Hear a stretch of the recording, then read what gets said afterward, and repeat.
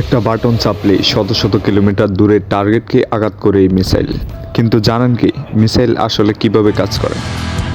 Missile হলো এক ধরনের গাইডেড ওয়েপন, যেটা নিজের ভিতরে থাকা ইঞ্জিন, গাইডেন্স সিস্টেম আর কন্ট্রোলের মাধ্যমে স্বয়ংক্রিয়ভাবে টার্গেটের দিকে ছুটে যায় এবং টার্গেটকে ধ্বংস না করা পর্যন্ত ছুটতে থাকে। লঞ্চ হওয়ার পর মিসাইলের রকেট ইঞ্জিন জ্বলে ওঠে। এই ইঞ্জিন থেকে বের হওয়া শক্তিশালী গ্যাস মিসাইলকে লক্ষ্যবস্তুর দিকে প্রচণ্ড গতিতে এগিয়ে নিয়ে যায়। একে বলা হয় থ্রাস্ট। মিসাইল জিপিএস, রাডার বা ইনফ্রারেড সেন্সর ব্যবহার করে নিজেই লক্ষ্যবস্তুর দিক খুঁজে নেয়।